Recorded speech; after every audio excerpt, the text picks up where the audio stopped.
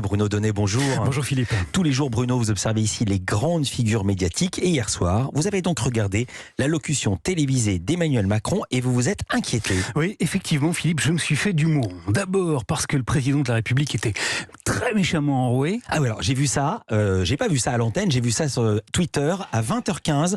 Le hashtag Barry White Macron était numéro 1. Exactement. Bon, faut dire que c'était quand même la 9e dose de parlotte présidentielle à 20h depuis le début de la pandémie. Et ça, j'ai découvert que dans le métier, ça porte un nom. Ce qu'on appelle le rappel. Ensuite, parce qu'Emmanuel Macron a commencé en s'adressant à nous, comme l'aurait fait un employé du standard d'une administration ou d'un service après-vente. Je tenais, en cet automne 2021, à revenir vers vous pour répondre aux interrogations. Voilà, il a tenu à revenir vers nous, magnifique expression, mais surtout, Philippe, je me suis fait un sang d'encre, parce que j'ai constaté une disparition inquiétante. Figurez-vous que pour la 9e fois consécutive, aucun contradicteur n'était présent pour partager l'antenne avec le président de la République. Et si les fois précédentes, l'essentiel de ces interventions avait concerné le Covid et les mesures de confinement, Nous sommes en guerre. cette fois-ci, sur les 27 minutes et 30 secondes qu'aura duré son discours en majesté, plus de 18 minutes ont été consacrées à son bilan et à vanter les grandes réussites de son mandat de président. Depuis 4 ans, le travail paye mieux. Le chômage est au plus bas depuis près de 15 ans. Notre économie crée des emplois comme jamais. Notre croissance dépasse les 6%.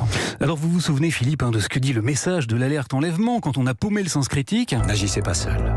Si et seulement si vous disposez d'informations permettant de le retrouver, composez le numéro de téléphone qui s'affiche sur votre écran.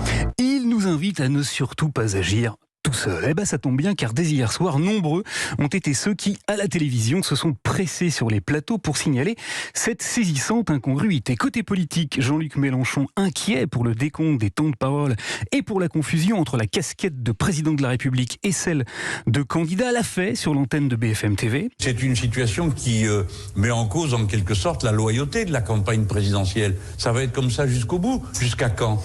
Pendant que, au même moment, sur le canal 27 de France Info, Olivier Faure s'inquiétait pour la presse et pour l'absence devenue systématique de la figure des intervieweurs. Les journalistes eux-mêmes devraient se demander comment est-il possible qu'en démocratie, on ait quelqu'un qui n'accepte jamais la contradiction.